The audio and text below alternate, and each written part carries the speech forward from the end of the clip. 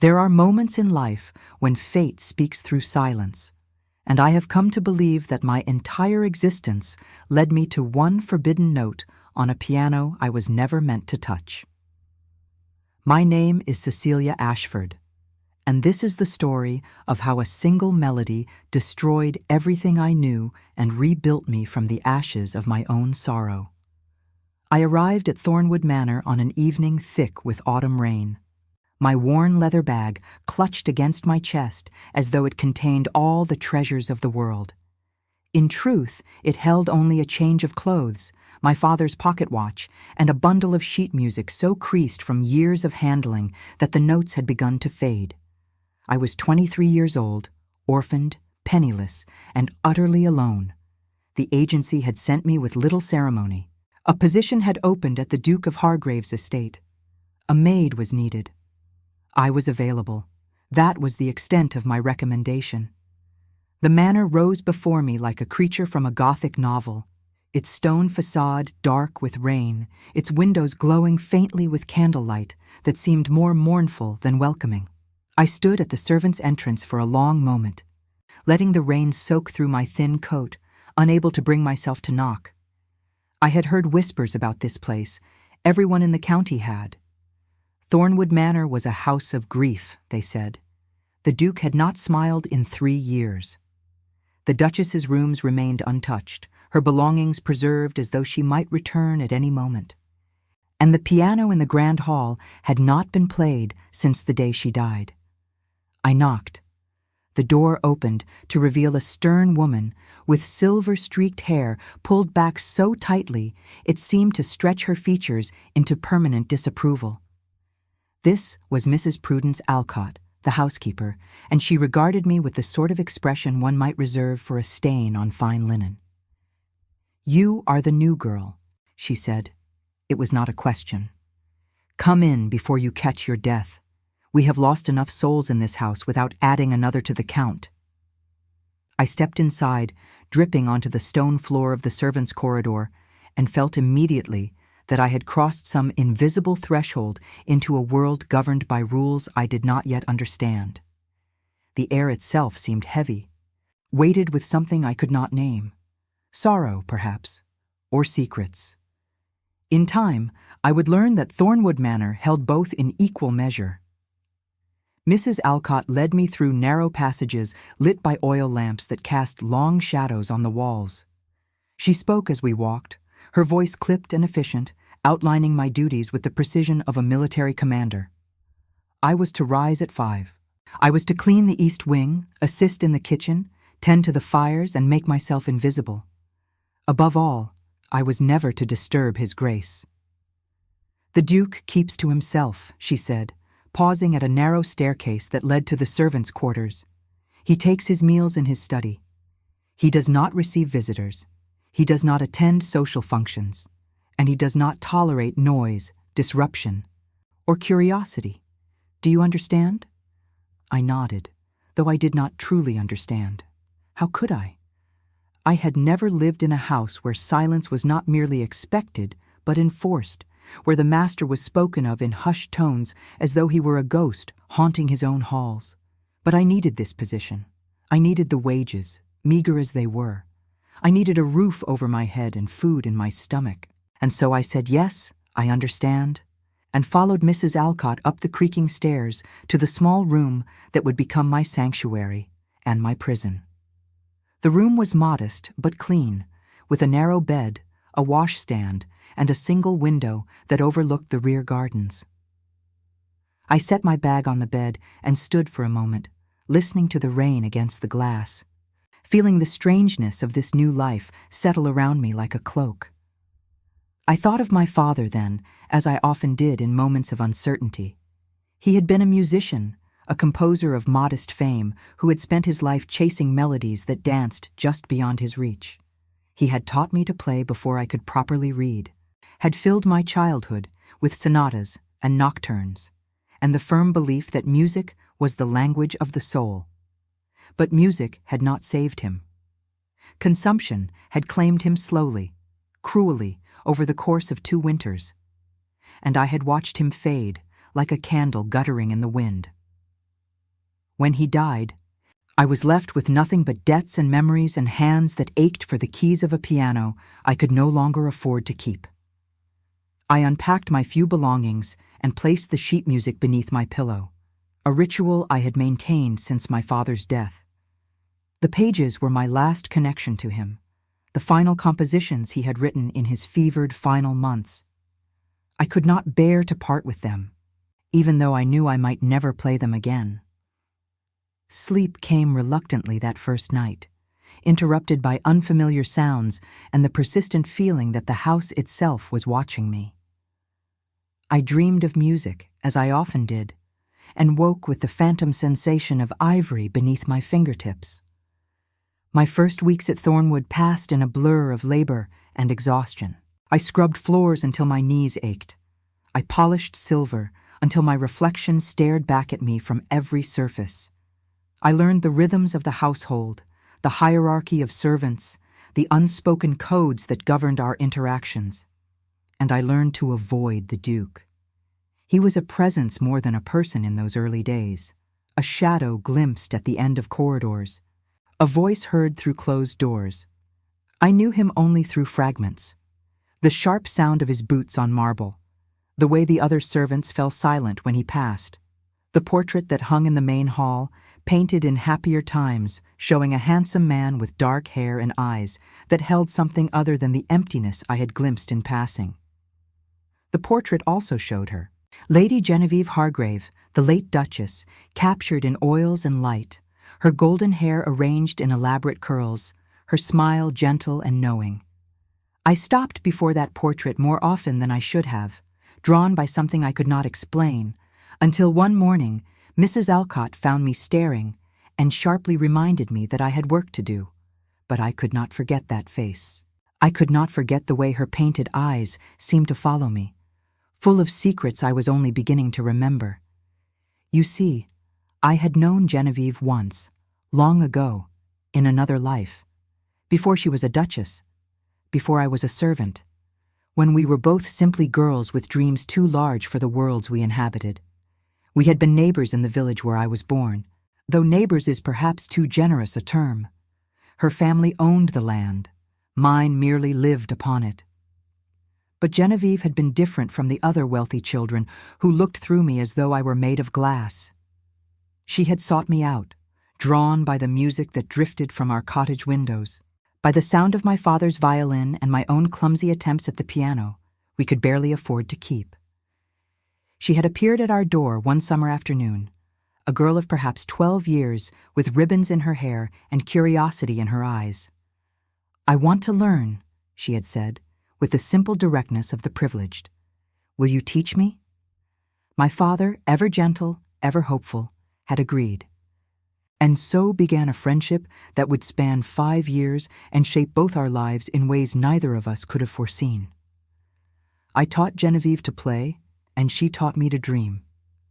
We spent countless hours together at that old piano, our fingers dancing across the keys, our voices mingling in songs we invented together.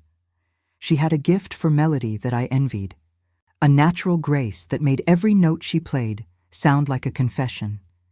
It was during one of those sessions that she composed the piece, a waltz in a minor key, haunting and beautiful, full of longing and hope intertwined. She had played it for me with tears in her eyes, though she would not tell me why. "It is for someone I will never have," she had whispered. "Promise me you will remember it. Cecilia, promise me you will keep it safe." I had promised. And I had kept that promise through all the years that followed, even after her family moved away, even after I learned she had married a duke, even after I heard whispers that she had died young and left her husband shattered. I had not known until I arrived at Thornwood that the duke she had married was the master of this very house. I had not connected the name, had not realized that the cold, grieving man I was forbidden to disturb was the someone Genevieve had loved with such desperate, secret passion. Now I understood the weight of this house. Now I understood the silence. The piano stood in the grand hall like a monument to everything that had been lost. It was a magnificent instrument, a broadwood grand with a rosewood case that gleamed even beneath the dust that had accumulated over 3 years of neglect. I passed it every day on my way to clean the east wing, and every day I felt its pull, heard its silent invitation, and forced myself to look away. I knew the rules. I knew the consequences. The piano was not to be touched, not to be played, not even to be cleaned without express permission that was never granted. It belonged to the Duchess, Mrs. Alcott had told me with unusual gentleness. It was her most treasured possession. His Grace cannot bear to hear it. And so the piano sat in silence, gathering dust and memory, and I walked past it with my eyes averted and my hands clenched at my sides. But the music would not leave me. It crept into my dreams, wound through my waking hours, whispered to me in the moments between tasks. Genevieve's waltz played on endless repeat in my mind, the notes as clear and present as they had been a decade ago when she first pressed her fingers to the keys and pulled that melody from somewhere deep within her soul.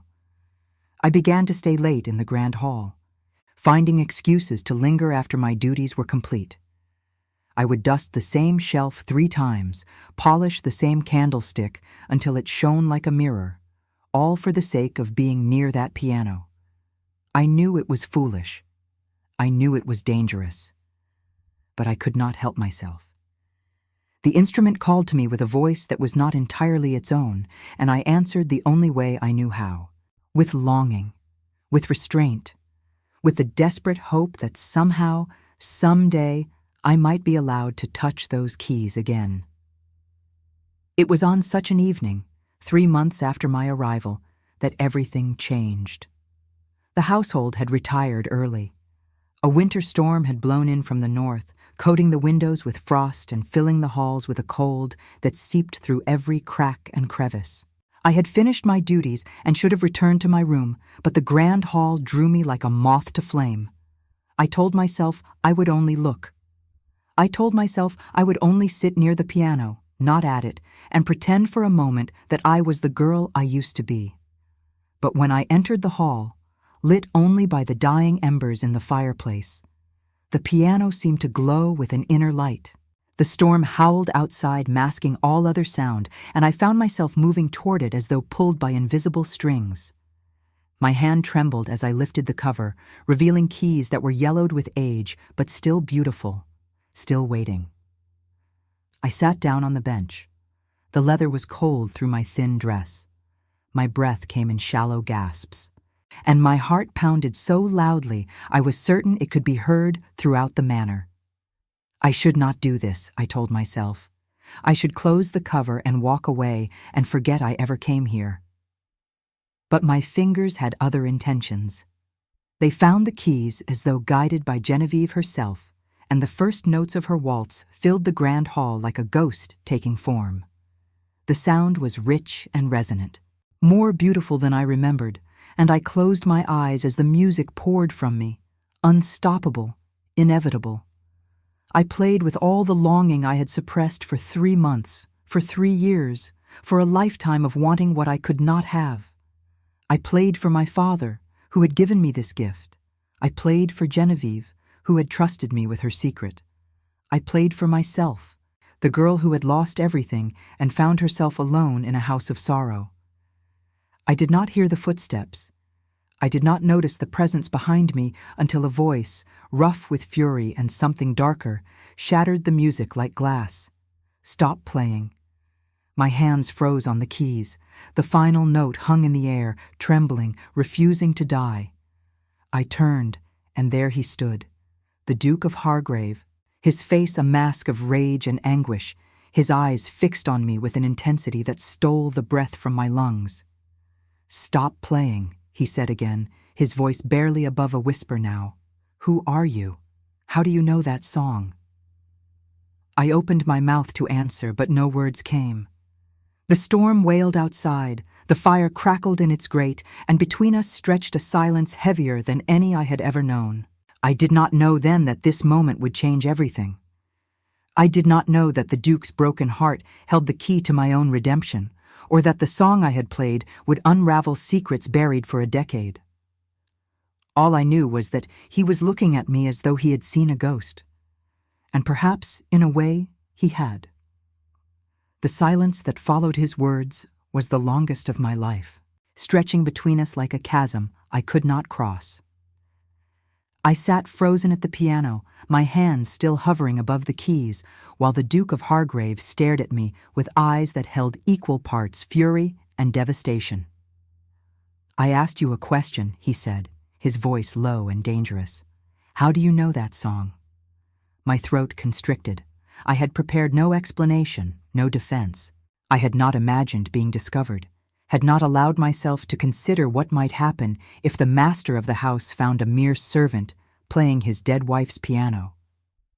The truth hovered on my lips, but I could not speak it. Not yet. Not like this. "Your Grace," I began, but he cut me off with a gesture so sharp it made me flinch. "Do not call me that." He stepped closer, and I saw that his hands were trembling. The firelight cast shadows across his face, deepening the hollows beneath his eyes, the lines of grief etched around his mouth. He looked older than his portrait suggested, worn down by a sorrow that had become his constant companion. That melody was composed by my wife. She never wrote it down. She never performed it for anyone but me. "So I will ask you once more, and you will answer me truthfully. How do you know that song?" I rose from the bench, my legs unsteady beneath me. The storm continued to rage outside, rattling the windows, filling the hall with sounds of wind and ice. I thought of fleeing, of running back to my small room and packing my bag and disappearing into the night. But something in his eyes held me in place. Not the anger, though, that was formidable. Something beneath it. Something raw and wounded and desperately seeking answers. "I knew her," I said at last, the words escaping before I could stop them. "Before she was your wife, before she was a duchess. I knew Genevieve when we were girls." The Duke went very still, his face already pale, drained of what little color remained. He stared at me as though I had spoken in a foreign tongue, as though my words required translation before they could be understood. "That is impossible," he said. "It is the truth, Your Grace. We grew up in the same village. My father was a musician. He taught her to play. We were friends for 5 years before her family moved away." He shook his head slowly, denial written in every line of his body. "Genevieve never spoke of any such friendship. She told me everything. She would have mentioned you." "Perhaps she had reasons for her silence," I said quietly. "Perhaps there were things she wished to leave behind when she entered your world." His jaw tightened. "And the song? How do you explain the song?" I took a breath, steadying myself against the weight of memory. "She composed it when she was 17. We were sitting together at my father's piano, and she began to play something I had never heard before. When I asked her what it was, she said it was a song for someone she could never have. She made me promise to remember it. She made me promise to keep it safe." The Duke turned away from me then, his shoulders rigid, his hands clenched into fists at his sides. He walked to the window and stood with his back to me, staring out at the storm that raged beyond the glass. For a long moment, neither of us spoke. The fire crackled and hissed. The wind moaned through the eaves. And somewhere in the depths of the house, a clock chimed the hour, its notes distant and mournful. "She wrote that song for me," he said at last, his voice barely audible above the storm, "before we were married, before we had even spoken. She told me she had loved me from the first moment she saw me, at a ball in London, when she was barely more than a child. She said she had carried that love in secret for years, certain it would never be returned. I remained silent, afraid to move, afraid to breathe. I was witnessing something private, something sacred, and I knew that any word from me might shatter the fragile moment beyond repair. I did not deserve her," he continued, still facing the window.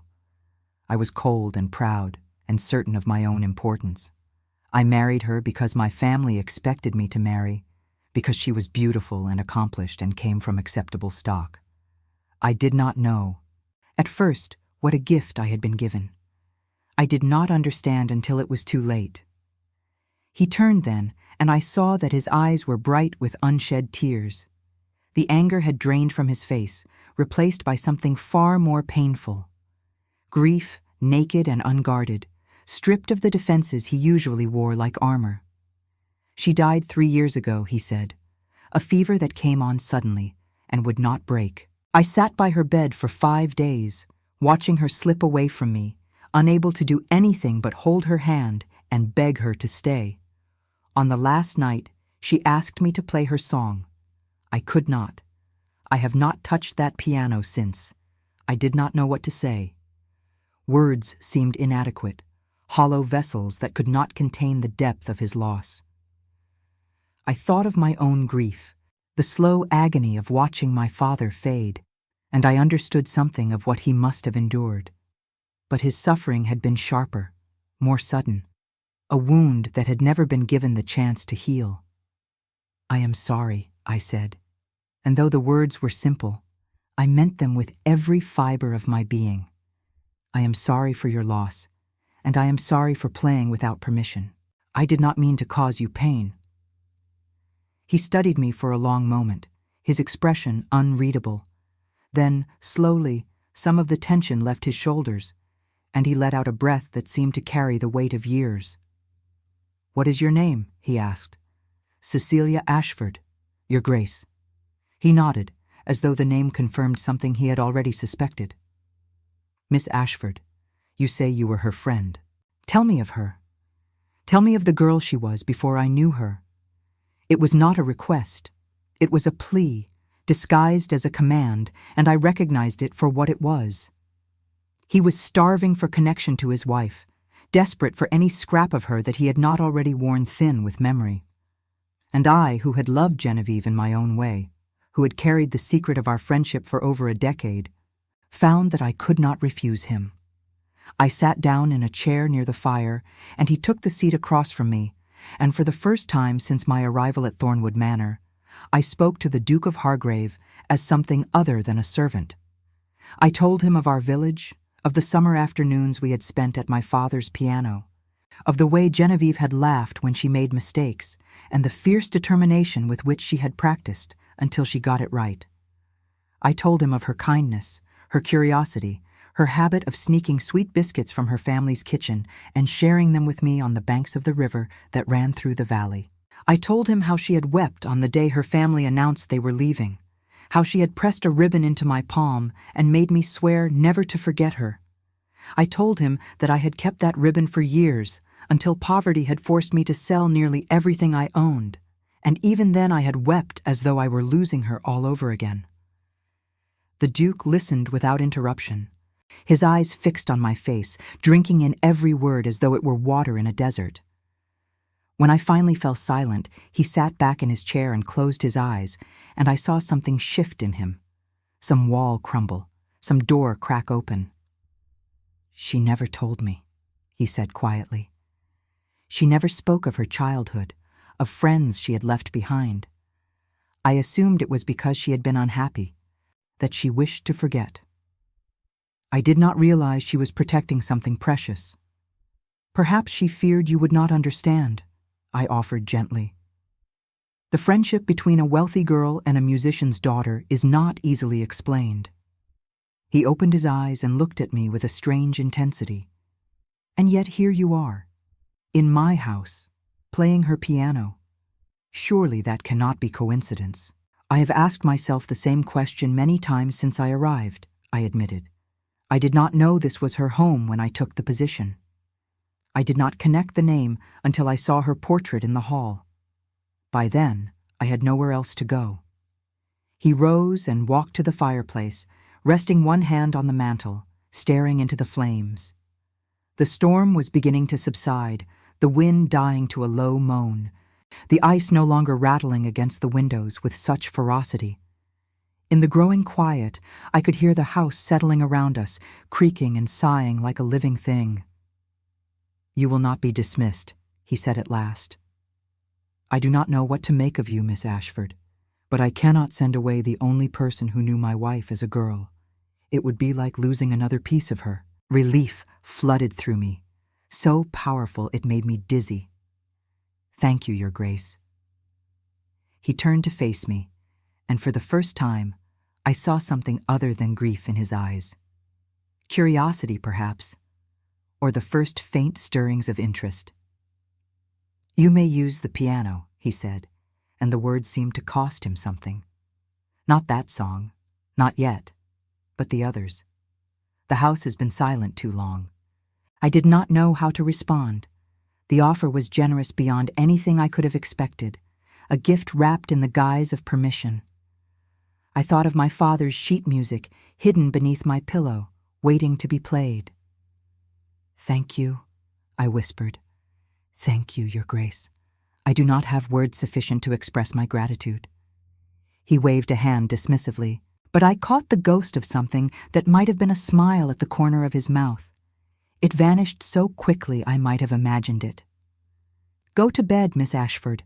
The hour is late, and you have duties in the morning. We will speak again."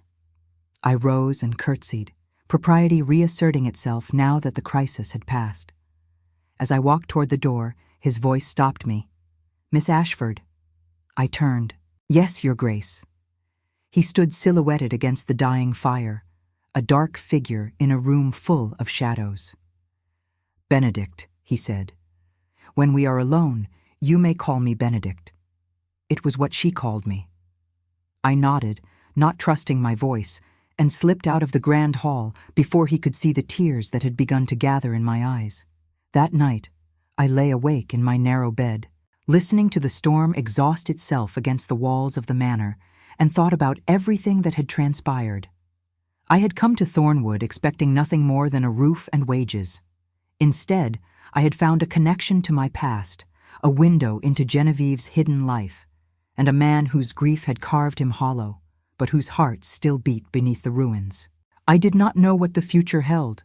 I did not know if the fragile understanding we had reached would survive the light of day, when servants were servants and dukes were dukes, and the walls between us reasserted themselves with the cold efficiency of social law. But for the first time since my father's death, I felt something stir within me, something that felt almost like hope. The following weeks brought changes I could not have anticipated. True to his word, the Duke did not dismiss me. More surprisingly, he began to seek me out. Not often, and never in ways that might arouse suspicion among the other servants, but with a persistence that both thrilled and frightened me. He would appear in the library when I was dusting the shelves, asking questions about Genevieve's childhood. He would linger in the corridors when I was lighting the lamps, speaking of his own memories of her in tones so soft I had to lean close to hear. I learned that Benedict Hargrave had not always been the cold, forbidding figure he had become.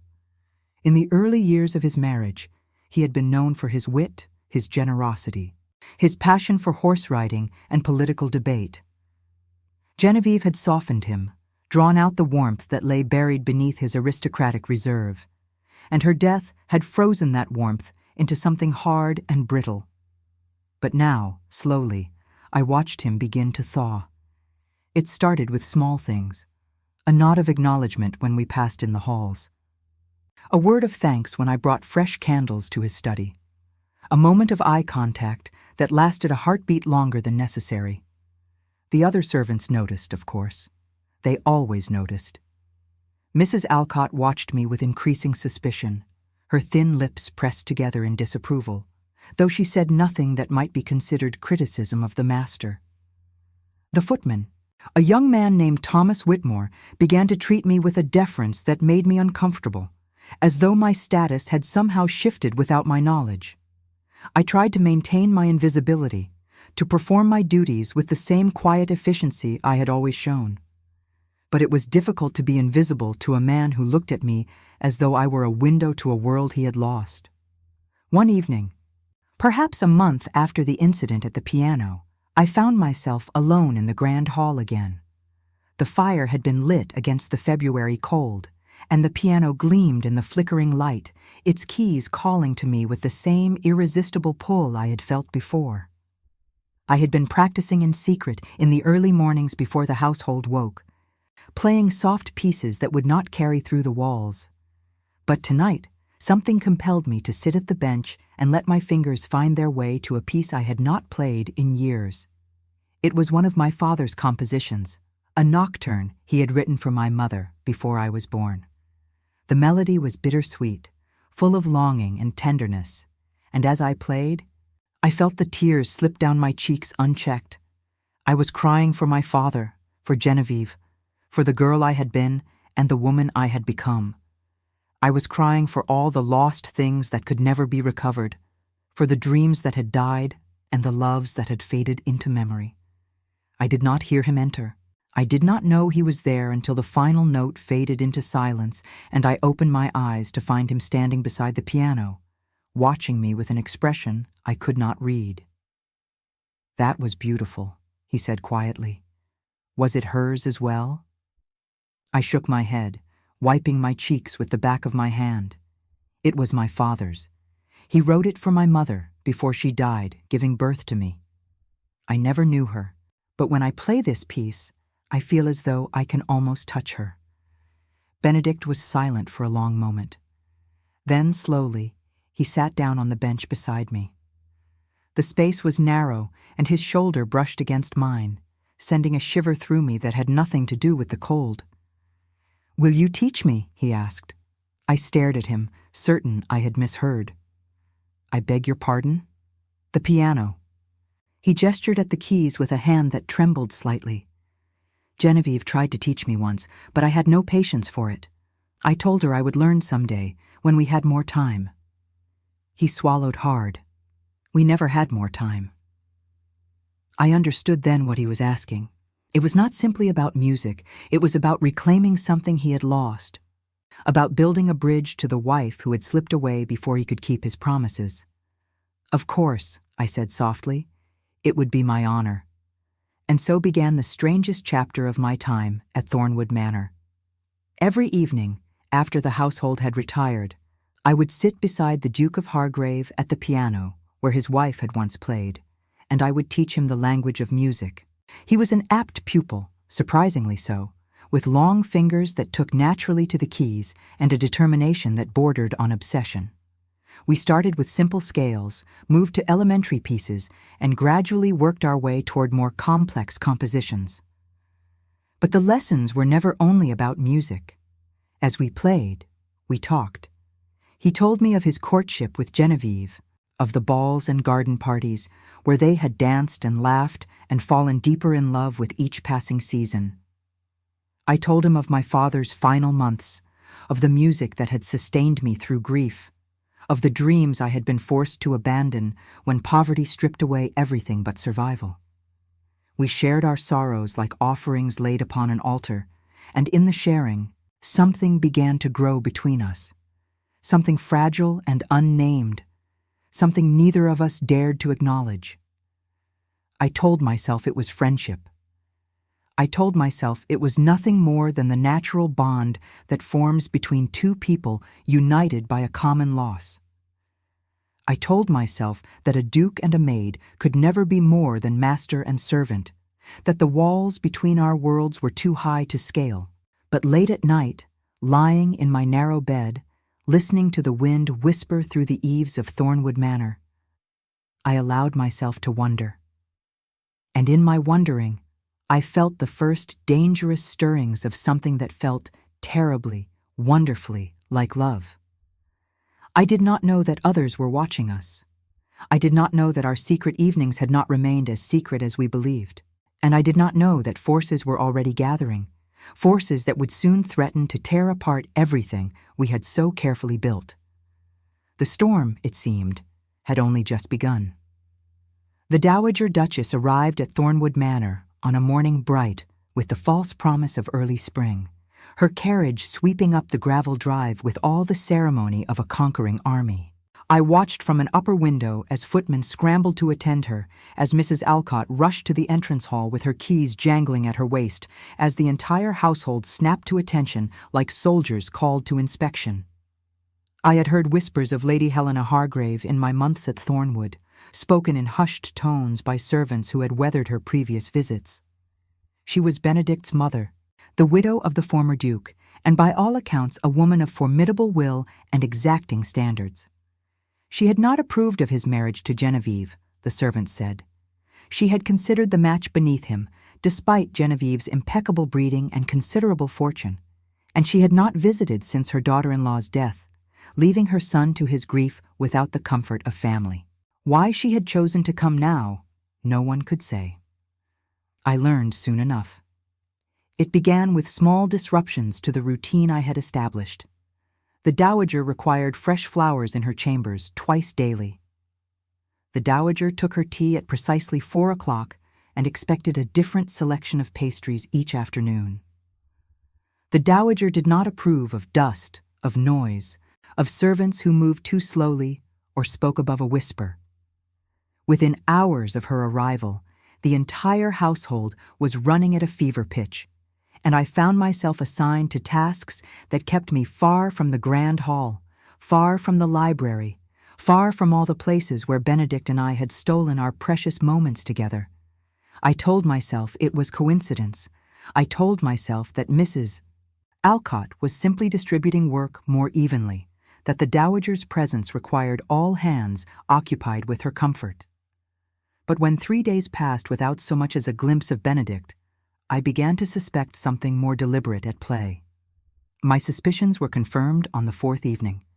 I was in the servants' corridor, carrying a tray of polished silver back to the butler's pantry, when a door opened ahead of me, and the Dowager Duchess stepped into my path. She was a striking woman despite her years, with silver hair swept into an elaborate arrangement, and eyes the same shade of gray as her son's, though infinitely colder. She wore black silk that rustled with every movement, and her posture was so rigid it seemed carved from marble. "You are the Ashford girl," she said. It was not a question. I curtsied as deeply as I could while balancing the tray. "Yes, my lady." She regarded me with the sort of expression one might reserve for an insect discovered in one's soup. "Set that down," she commanded, gesturing to a nearby table. "I wish to speak with you." I obeyed, my heart beginning to pound with an urgency I did not fully understand. The corridor was dim, lit only by a single lamp, and the shadows seemed to press in around us as the dowager stepped closer. "You have been spending time with my son," she said. "Do not bother to deny it. The servants talk, as servants always do, and I have ears in every corner of this house." I swallowed hard. "Your Grace, I meant no impropriety. The Duke asked me about his late wife. We were friends as children, Lady Genevieve and I. He wished to hear my memories of her." The dowager's lips curved into something that might have been a smile, had there been any warmth in it. How very convenient. A friendship that no one can verify, invoked to explain late-night conversations and private lessons at the piano. She leaned closer, and I caught the scent of lavender and something sharper beneath it, something bitter. "Do you take me for a fool, Miss Ashford?" "No, my lady. I would never presume to take you for anything." Pretty words. She straightened, her eyes never leaving my face. "Let me be plain with you, girl. I do not care what arrangement you believe you have reached with my son. I do not care what hopes you have harbored or what dreams have taken root in your servant's heart. You are nothing, a convenience at best, a danger at worst, and I will not allow you to drag the Hargrave name through scandal." I felt the blood drain from my face. "My lady, there is nothing improper between the Duke and myself. He has been kind to me, nothing more. Kindness." She spat the word as though it tasted foul. "My son has not been kind to anyone in 3 years. He has barely been alive. And now, suddenly, the servants report that he leaves his study, that he takes meals in the dining room, that he has been heard playing the piano at midnight." She paused, letting her words sink in. "You have awakened something in him, Miss Ashford. I am not certain whether to thank you or have you thrown into the street." I said nothing. There was nothing I could say. The dowager was right, and we both knew it. Something had changed in Benedict, something that could not be explained by mere friendship, and the consequences of that change were only beginning to reveal themselves. The dowager stepped back, smoothing her skirts with hands that glittered with rings. "I am hosting a dinner party next week," she said, her tone shifting to something almost conversational. "The Countess of Ashworth, the Earl of Pemberton, and several other families of note. My son will attend, as is proper. He will be charming and attentive, as befits his station. And you, Miss Ashford, will be nowhere in sight. Do I make myself clear?" "Perfectly, my lady. Good." She turned to leave, then paused, glancing back over her shoulder. "One more thing. The piano lessons will cease. My son does not require instruction from a servant. If I learn that you have touched that instrument again, you will be dismissed without reference. And without a reference, Miss Ashford, you will find that the world is a very cold and unforgiving place." She swept away before I could respond, leaving me alone in the shadowed corridor with the weight of her words pressing down upon my chest like stones. I stood there for a long moment, unable to move, unable to think, feeling the fragile hope I had nurtured begin to crack and splinter. I knew she was right. I knew that whatever had grown between Benedict and myself was impossible, forbidden by every law of society and nature. I was a maid. He was a duke. The chasm between us could not be crossed, no matter how many secrets we shared, no matter how many melodies we played together in the firelit darkness of the grand hall. But knowing something and accepting it are very different things, and as I finally gathered my composure and returned to my duties, I found that I could not bring myself to accept. The dinner party arrived with all the pomp and pretension I had expected. The manor was transformed, every surface polished to a mirror shine, every candle replaced, every flower arranged to perfection. I watched from the shadows as carriages rolled up the drive, as lords and ladies in silks and jewels swept into the entrance hall, as Benedict descended the staircase in evening dress that made him look like a stranger. He had not sought me out since his mother's arrival. I had glimpsed him only at a distance, a figure moving through the halls with the same hollow expression he had worn when I first came to Thornwood. Whatever warmth had begun to kindle in his eyes had been extinguished, and I mourned its loss, even as I understood its necessity. The servants were kept busy throughout the evening, carrying trays and filling glasses and attending to the countless needs of the aristocratic guests. I was assigned to the kitchen, far from the dining room where the party unfolded, and I was grateful for the distance. I did not think I could bear to watch Benedict perform the role of gracious host, to see him smile at women who were his equals in birth and fortune, women who could give him the things I never could. But fate, it seemed, had other plans. It was near midnight when Mrs. Alcott appeared in the kitchen doorway, her face flushed with agitation. "The Countess of Ashworth has requested a particular wine from the cellar," she said, her voice tight with barely contained frustration.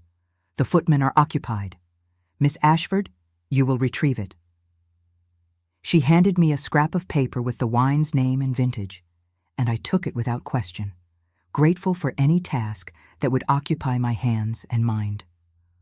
The cellar was located beneath the east wing, accessible through a narrow staircase near the servants' quarters.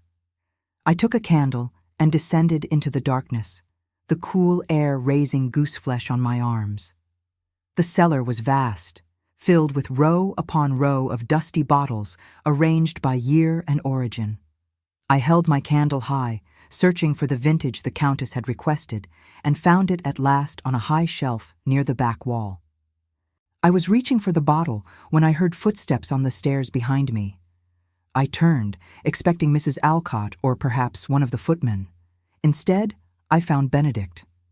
He stood at the base of the stairs, still in his evening dress, his cravat slightly loosened and his hair disheveled as though he had run his hands through it repeatedly.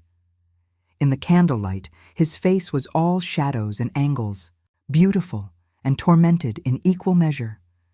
"Benedict," I breathed, forgetting in my surprise to use his title. He crossed the cellar in 3 long strides and stopped before me, close enough that I could feel the warmth of his body, smell the faint trace of wine on his breath. "I had to see you," he said, his voice rough. "I could not endure another moment up there, smiling at people I despise, pretending that everything is as it should be." He reached out and took my hand, and the touch sent lightning through my veins. "My mother told me what she said to you. I am sorry, Cecilia. I should have protected you." The sound of my name on his lips undid something inside me. I shook my head, trying to pull away, but he held fast. "She was right," I whispered. "What we have been doing, it cannot continue. You are a duke. I am nothing. The world will never allow us to be more than what we are." "The world," he said bitterly. "The world is a cage built by small minds and smaller hearts. It has kept me prisoner for 3 years, trapped in grief and duty and the endless expectations of people who care nothing for my happiness." He lifted my hand to his lips and pressed a kiss to my palm, and I felt tears spring to my eyes. "You are not nothing, Cecilia. You are the first person who has made me feel alive since Genevieve died. You are the music in a house that had forgotten how to sing. Benedict, please." I was crying now, tears streaming down my cheeks, my heart breaking and mending and breaking again with every word he spoke. "We cannot do this. Your mother will destroy me if she discovers us here."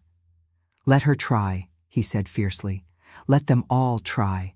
I am done living as a ghost in my own home. I am done pretending that duty is enough, that propriety can fill the hollow place where my heart used to be." He cupped my face in his hands, wiping away my tears with his thumbs. "I know this is impossible. I know there is no future that society will accept, but I cannot pretend any longer that I do not feel what I feel." I stared at him, caught between terror and joy, between the voice of reason screaming in my mind and the wild, reckless hope that surged through every fiber of my being. I thought of Genevieve, who had loved him in secret for years before daring to hope. I thought of my father, who had taught me that music was worth any sacrifice. I thought of all the rules and walls and boundaries that separated his world from mine. And then I stopped thinking altogether. What happened next was gentle and fierce all at once, a collision of 2 souls that had been circling each other for months, held apart by grief and circumstance and fear. He kissed me there in the wine cellar, surrounded by dusty bottles and flickering candlelight, and I kissed him back, with all the longing I had tried so desperately to suppress. It was not proper. It was not wise. It was, perhaps, the most foolish thing either of us had ever done. But in that moment, it felt like the only true thing in a world built on lies. We pulled apart at last, breathless and trembling, and for a long moment we simply stood there, foreheads pressed together, hearts pounding in unison. "What do we do now?" I asked, my voice barely a whisper. "I do not know," he admitted, "but I know that I will not give you up. Not to my mother, not to society, not to anyone." He took my hands in his again, his grip firm and warm. "Will you trust me, Cecilia? Will you give me time to find a way?" I looked into his eyes, gray as storm clouds, bright with something I had never thought to see directed at me. And despite every rational thought, despite every warning bell clamoring in my mind, I found that I could not refuse him. "Yes," I said, "I trust you." He smiled then, the first true smile I had ever seen on his face, and it transformed him utterly.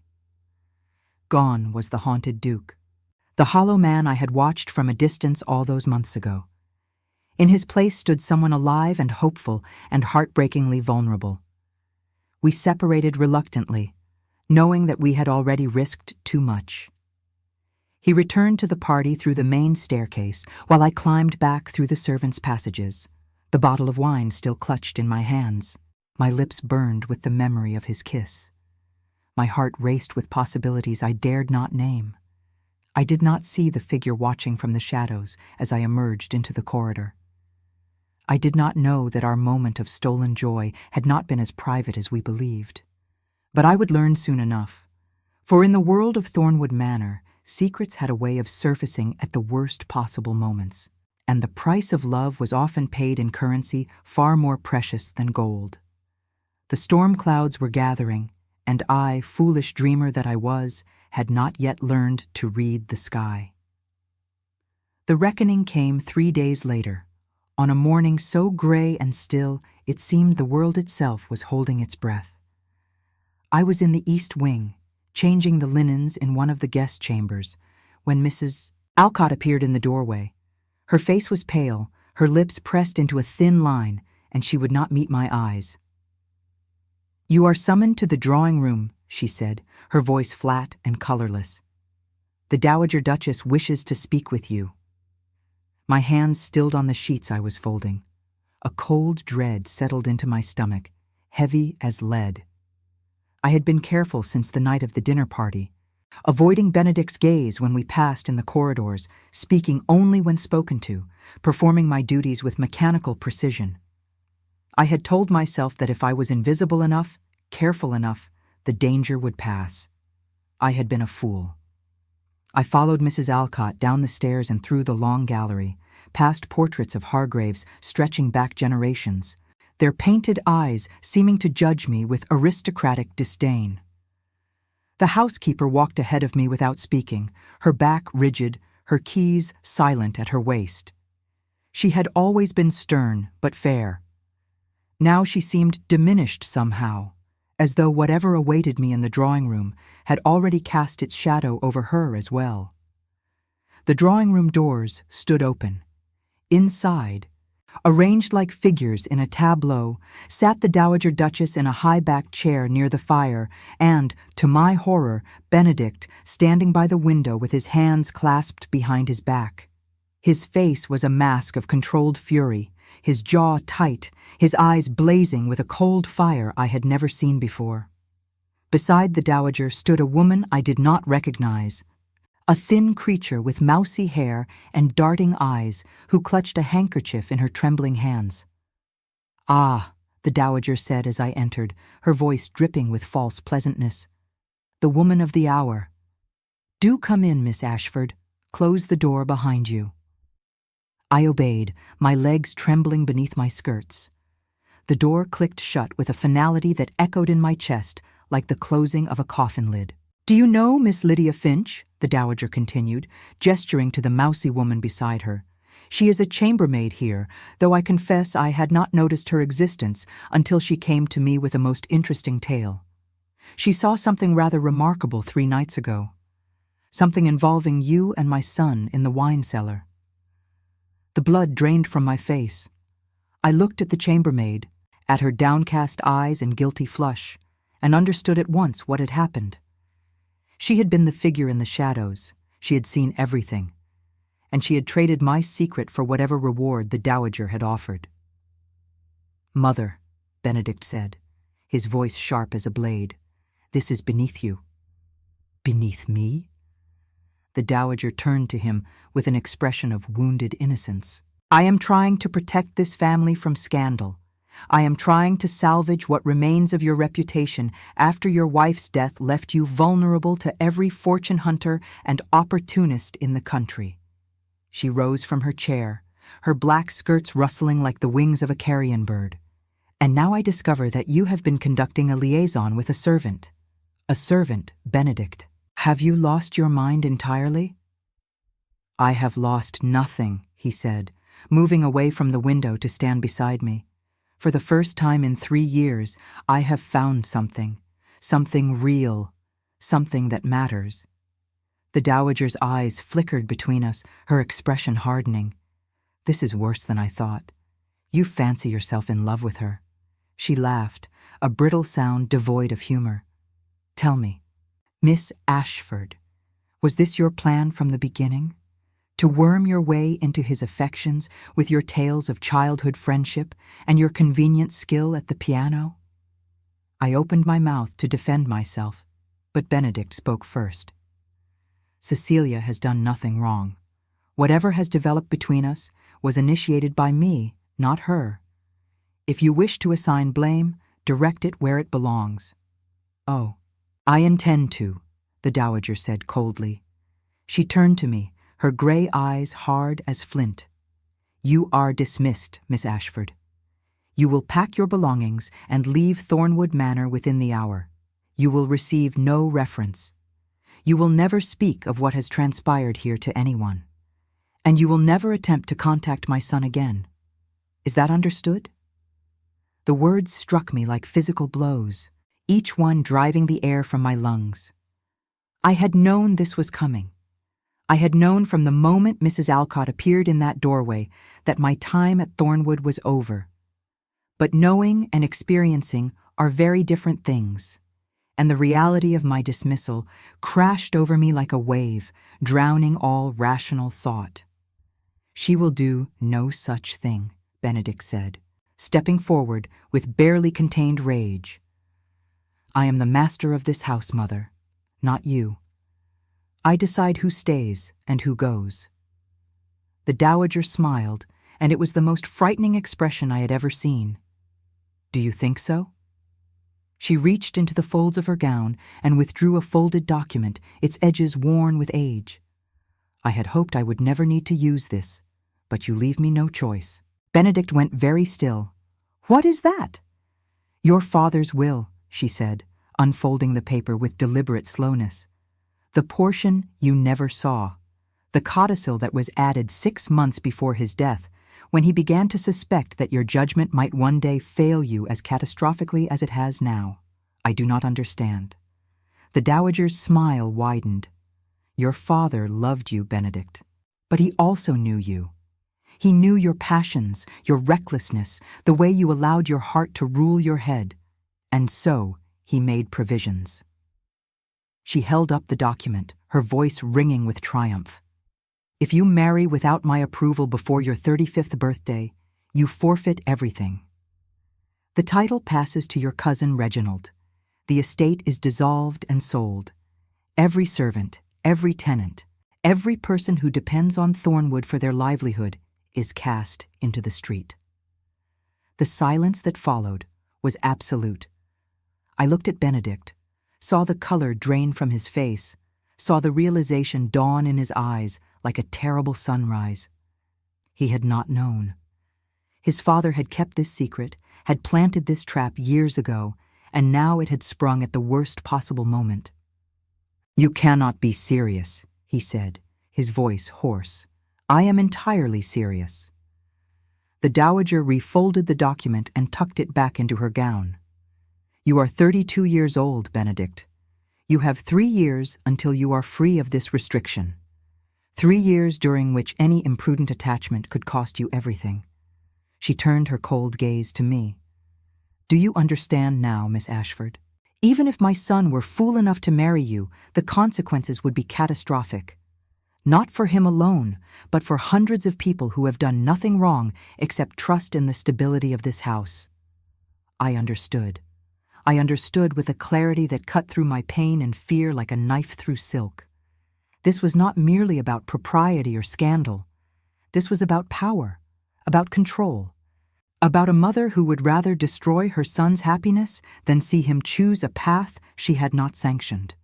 And there was nothing I could do.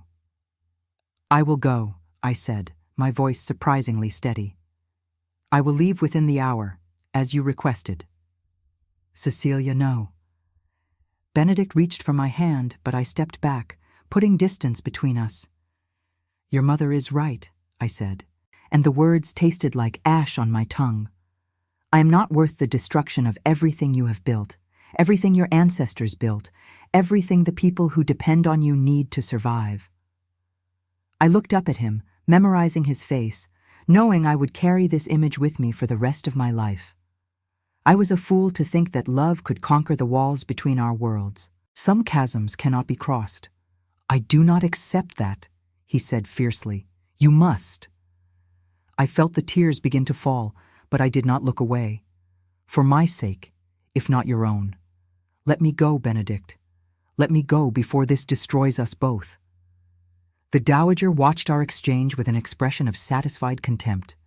Miss Finch will escort you to your room to pack, she said. Thomas Whitmore will see you to the gate. Do not attempt to take anything that does not belong to you. I turned without another word and walked toward the door, my heart shattering with every step. Behind me, I heard Benedict call my name, heard the dowager's sharp command for him to be silent, heard the sounds of an argument erupting in my wake. But I did not stop.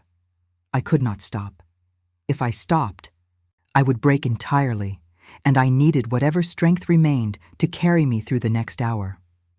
Miss Finch followed me up the stairs to my small room, standing in the doorway like a guard while I gathered my few possessions. My hands moved mechanically, folding clothes, collecting my father's watch, retrieving the sheet music from beneath my pillow. The chambermaid watched with eyes that held a mixture of guilt and defiance. "I had no choice," she said suddenly. "The dowager promised me a promotion. She promised me security. You do not know what it is like to have nothing, to fear every day that you might be cast out without warning." I looked at her then, this woman who had traded my future for her own advancement, and I found that I could not hate her. I understood desperation. I understood the choices it forced upon us. "I know exactly what it is like," I said quietly. "I hope the promotion brings you the happiness you seek." She flinched as though I had struck her, and I turned away, unable to bear the sight of her guilty face any longer. The walk to the gate was the longest of my life. Thomas Whitmore accompanied me in silence, his young face troubled, his eyes fixed determinedly ahead. The spring morning had turned to rain, a soft drizzle that soaked through my coat and mingled with the tears I could no longer contain. I did not look back at the manor. I could not bear to see it standing there, beautiful and terrible, holding within its walls the man I loved and the life I would never have. At the gate, Thomas cleared his throat awkwardly. "Miss Ashford," he said, "I am sorry. For what it is worth, the staff thought highly of you. And the Duke?" He paused, struggling with words that propriety demanded he leave unspoken. "The Duke is not the same man he was before you came." I managed a small, broken smile. "Thank you, Thomas. Take care of him, if you can." He nodded, and I stepped through the gate onto the muddy road beyond. The iron bars clanged shut behind me with a sound like a death knell, and I stood for a moment in the rain, utterly alone, with no destination and no prospects, and nothing but the clothes on my back and the memories of a love that had bloomed and withered in the space of a single season. I began to walk. I did not know where I was going. I did not know what I would do or how I would survive. The world stretched before me, vast and indifferent, and I was a speck upon its surface, insignificant and forgotten. The rain fell harder, plastering my hair to my face, soaking through my thin coat until I trembled with cold as much as grief. I thought of Genevieve, who had loved Benedict in secret for years before finding the courage to hope. I thought of my father, who had faced poverty and illness with dignity and grace. I thought of all the women throughout history who had loved above their station and paid the price for their audacity. And I thought of Benedict, trapped in that great house with a mother who would rather see him miserable than free, bound by a dead man's will to 3 more years of solitude and duty. I had walked perhaps a mile when I heard the sound of hoofbeats behind me. I did not turn. I assumed it was a passing traveler, someone who would ride past without a second glance at the bedraggled woman trudging through the mud. But the hoofbeats slowed and then stopped, and a voice I knew better than my own called out through the rain, "Cecilia." I turned.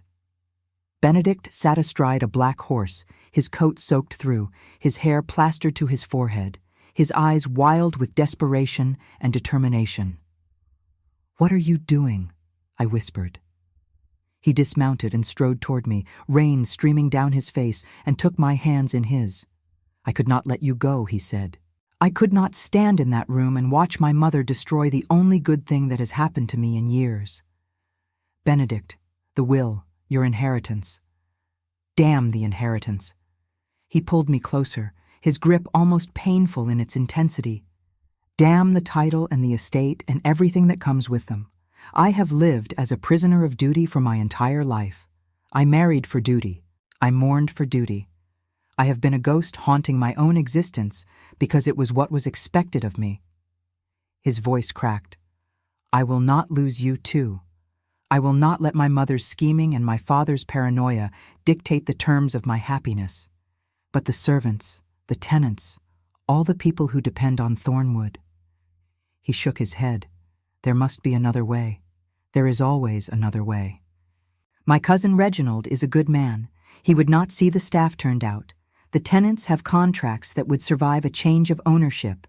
And I, he laughed, a wild sound that bordered on hysteria, I have skills beyond being a duke. I can work. I can build something new. We can build something new together. I stared at him, scarcely able to believe what I was hearing. You would give up everything for me? I would give up a prison for freedom, he said softly. I would give up loneliness for love. That is not sacrifice, Cecilia. That is salvation.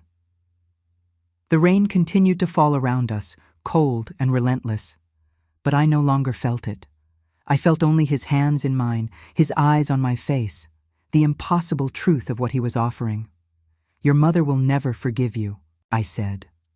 My mother will learn to accept what she cannot change, he replied. Or she will not. Either way, I am done living my life according to her expectations. I opened my mouth to protest further, to list all the reasons why this was madness, why we could never succeed against the forces arrayed against us. But before I could speak, he kissed me, there in the rain-soaked road, with the gray sky weeping above us and the future uncertain before us. And in that kiss, I found something I had thought lost forever. Hope. We stood together in the downpour, two souls clinging to each other against the storm, and I knew that whatever came next, we would face it together. The road ahead was dark and fraught with obstacles. The Dowager would not surrender easily.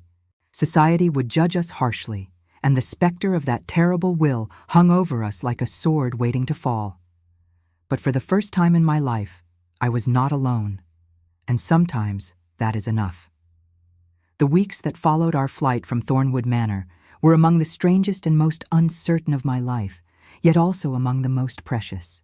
Benedict took me to a small cottage on the edge of his estate, a property that had once belonged to the gamekeeper and now stood empty, forgotten by all but the wildflowers that grew thick around its door. It was modest by any standard, a far cry from the grandeur of the manor house, but it was warm and dry and, most importantly, beyond the immediate reach of the Dowager's fury. We lived simply, as I had lived before entering service, and I discovered that the Duke of Hargrave was far more adaptable than his breeding might suggest. He learned to build fires that did not fill the room with smoke. He learned to prepare simple meals that were, if not elegant, at least edible. He learned to find joy in the small rituals of domestic life that his wealth had always shielded him from. And in the quiet evenings, by the light of tallow candles, we talked. We talked of Genevieve, of the love they had shared and the grief that had consumed him after her death. We talked of my father, of the music that had been my inheritance and my salvation. We talked of our hopes and fears, of the obstacles that stood between us and any semblance of a normal future. And slowly, through the alchemy of shared vulnerability, we built something stronger than passion, stronger than infatuation. We built trust, but we could not hide forever. The world beyond our cottage walls continued to turn, and the consequences of our choices could not be indefinitely postponed. It was on a morning in late April, when the hedgerows had burst into bloom and the air was thick with the scent of hawthorn, that a letter arrived. It was delivered by Thomas Whitmore, who had ridden from Thornwood at dawn and stood now at our door with an expression of barely contained excitement. "From the manor," he said, pressing the sealed envelope into Benedict's hands. "You must read it at once, Your Grace." Benedict broke the seal and scanned the contents, his brow furrowing with each line. I watched his face, searching for clues, my heart pounding with apprehension. When at last he looked up, his expression was one I could not immediately decipher. "It is from Mr. Bartholomew Crawford," he said slowly. "My family's solicitor. He requests an urgent meeting. He says he has discovered something regarding my father's will that requires immediate attention." I felt the blood drain from my face. The will, the codicil that hung over us like an executioner's blade, threatening to destroy everything should Benedict dare to follow his heart. What could he have found, I asked. I do not know. Benedict folded the letter and tucked it into his coat. But I intend to find out. He turned to Thomas. "Tell Mr. Crawford I will meet him this afternoon. And Thomas," he added, his voice softening, "thank you for everything." The young footman nodded, a flush of pride coloring his cheeks, and departed as swiftly as he had come. The hours until our meeting with the solicitor passed with agonizing slowness. I tried to occupy myself with mending, with cooking, with any task that might distract me from the anxiety that churned in my stomach. But my thoughts kept returning to that letter, to the mysterious discovery that awaited us, to the thousand possibilities both hopeful and dire. Benedict paced the small cottage like a caged animal, unable to settle, his usual composure shattered by uncertainty. I had never seen him so agitated, and his distress only amplified my own. At last, the appointed hour arrived, and we set out together for the village, where Mr. Crawford had taken rooms at the local inn. The walk was silent, each of us lost in our own thoughts, our hands clasped tightly together as though physical connection could anchor us against whatever storm was coming. Mr. Crawford was a small man, with spectacles perched on a prominent nose and fingers stained with ink. He rose as we entered his temporary office, his face grave, but his eyes alight with something that might have been triumph. "Your Grace," he said, gesturing for us to sit. "Thank you for coming so promptly. I apologize for the secrecy, but what I have discovered is of such significance that I dared not commit it to writing." Benedict leaned forward in his chair. "What have you found?" Mr. Crawford removed his spectacles and polished them carefully before replacing them on his nose. "As you know, your father's will contained a codicil restricting your marriage choices until your 35th birthday. This codicil was presented to your mother shortly after his death, and she has guarded it closely ever since." "I am aware," Benedict said tightly. "What you may not be aware of," the solicitor continued, "is that your father amended his will one final time, 3 weeks before his death. This amendment was entrusted to me personally, with instructions that it be revealed only if certain conditions were met." My breath caught in my throat. Benedict's grip on my hand tightened until it was almost painful. "What conditions?" he asked. Mr. Crawford smiled, a thin expression that nonetheless held genuine warmth. "The condition, Your Grace, was that you demonstrate the capacity to love again, truly love, not merely the performance of duty that your father feared would define your life." He withdrew a document from his desk and laid it before us. "Your father was a complicated man.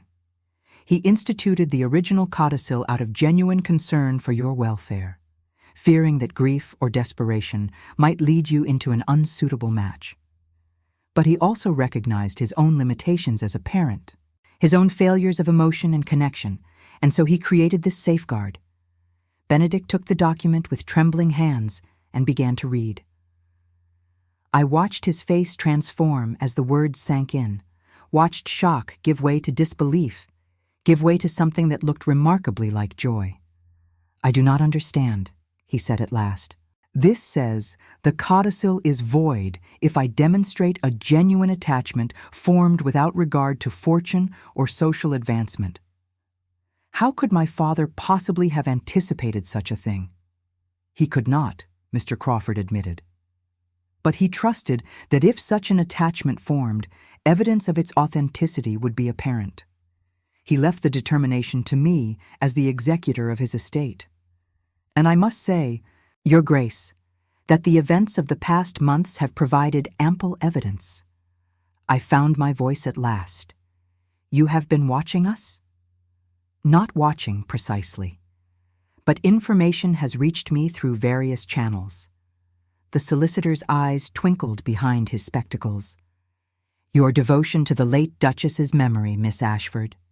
Your willingness to sacrifice your position rather than compromise your integrity. And you, Your Grace, your readiness to abandon wealth and title for love. He spread his hands. These are not the actions of fortune hunters or social climbers. These are the actions of people who have found something genuine. Benedict set down the document and looked at me, his eyes bright with tears he did not bother to hide. It is over, he said softly. The codicil is void. We are free. I could not speak. The emotions flooding through me were too vast, too overwhelming for words. I thought of all the obstacles we had faced, all the pain and uncertainty, all the moments when hope had seemed utterly extinguished. And now, through the foresight of a man I had never met, a man who had died before I ever set foot in Thornwood Manor, those obstacles had been swept away. There is one more thing, Mr. Crawford said, reaching into his desk once more. This was included with the amendment, with instructions that it be delivered to you personally should this moment ever arrive. He handed Benedict a sealed envelope, yellowed with age. Benedict broke the seal and withdrew a single sheet of paper, covered in handwriting I did not recognize. As he read, fresh tears spilled down his cheeks. It is from my father, he said, his voice thick with emotion. He wrote it on his deathbed. I waited, not wanting to intrude on this private moment, but Benedict reached for my hand and drew me closer. Listen, he said, and began to read aloud. My dear son, if you are reading this, then you have found what I never could, a love that transcends the boundaries of duty and expectation. I spent my life building walls, Benedict, walls of propriety, of tradition, of fear. I told myself they were for protection, but in truth, they were prisons. I do not want that for you. Your mother will not understand. She has lived too long behind those walls to see them for what they are. But I hope that you will find the courage I lacked. I hope that you will choose love over safety, connection over isolation, joy over mere survival. Whoever has captured your heart, cherish them. Life is too short and too precious for anything less. Your loving father. The room was silent when he finished reading. Mr. Crawford dabbed at his eyes with a handkerchief. I wept openly, overwhelmed by the gift this stranger had given us from beyond the grave. There will still be difficulties, Benedict said at last, folding the letter carefully and tucking it into his coat beside his heart. My mother will not accept this quietly. No, Mr. Crawford agreed. But the law is on your side now. The amendment supersedes the codicil. Your inheritance is secure, regardless of whom you choose to marry. Benedict turned to me, taking both my hands in his. Cecilia Ashford, he said, his voice steady despite the tears still glistening on his cheeks. I have nothing to offer you now but a complicated family, a house full of memories, and a heart that has been broken and mended so many times I have lost count. But if you will have me, I will spend the rest of my life trying to be worthy of you. I laughed through my tears. I think you have the equation reversed. I am a penniless musician's daughter with nothing to my name but calloused fingers and a stubborn heart. Then we are perfectly matched, he said, and kissed me there in the solicitor's office, with Mr. Crawford beaming at us like a proud father and the spring sunshine streaming through the windows. We returned to Thornwood Manor that same day. The dowager was waiting for us in the entrance hall, her face a mask of cold fury. But when Benedict presented the amendment and explained its implications, I watched something shift behind her eyes. Not acceptance, not yet, but the first crack in the armor she had worn for so long. This changes nothing, she said, but her voice lacked conviction. Society will never accept her. Society will learn to accept what it cannot change. Benedict replied, echoing the words he had spoken to me on that rain-soaked road. And if it does not, then society can go hang. The dowager stared at him for a long moment, and I saw in her face the ghost of the young woman she must once have been, before duty and disappointment had hardened her into the formidable creature she had become. "Your father always said you were too much like him," she said at last. "I thought he meant it as a criticism. Perhaps I was wrong." She turned and walked away without another word, her black skirts sweeping the marble floor, her back rigid with pride that refused to bend even in defeat. It was not forgiveness. It was not acceptance. But it was a beginning. We were married in the small chapel on the Thornwood estate, on a June morning when the roses were in full bloom and the air was sweet with summer. It was a modest ceremony by aristocratic standards, attended only by the household staff and a few close friends, but it was perfect in every way that mattered. I wore a gown of ivory silk that had belonged to Genevieve, altered to fit my smaller frame. Benedict had offered it to me with tears in his eyes, and I had accepted it as the gift it was meant to be, a blessing from the woman who had loved us both. As I walked down the aisle toward the man who would become my husband, I thought of all the paths that had led me to this moment, the poverty and loss, the years of service, the night I had sat down at a forbidden piano and played a song I had promised never to forget. Every hardship, every heartbreak, every moment of despair had been a step on the journey to this place, this man, this life I had never dared to imagine. And standing beside the altar, in a shaft of sunlight that seemed to fall from heaven itself, I could have sworn I saw Genevieve smiling at me. The years that followed were not without challenges. The dowager remained a difficult presence, though time and the evidence of our happiness gradually softened her edges. Society whispered, as society always does, but the whispers faded as it became clear that the Duke of Hargrave had no intention of hiding his wife or apologizing for his choice. I continued to play the piano, and Benedict continued to learn, and together we filled Thornwood Manor with music that had been absent for far too long.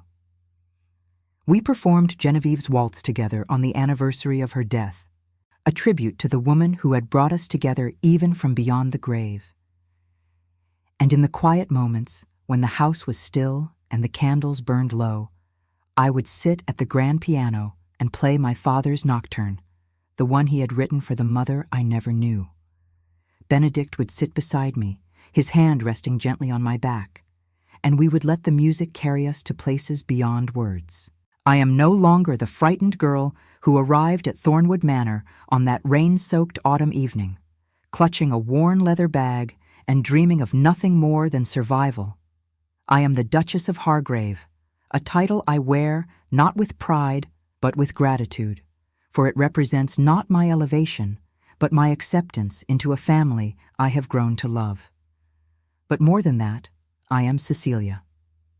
I am the musician's daughter who learned that love can bridge any chasm. I am the friend who kept a promise across years and distance and death. I am the woman who sat down at a forbidden piano and played a song that changed everything. And when I look back on the path that brought me here, I understand at last what my father tried to teach me in all those hours of scales and arpeggios, of sonatas and nocturnes, of music that seemed too beautiful for the small cottage where we lived. He taught me that every ending is also a beginning. He taught me that grief and joy are not opposites, but partners in the dance of life. And he taught me that the most powerful songs are the ones we carry in our hearts, waiting for the moment when we find the courage to play them.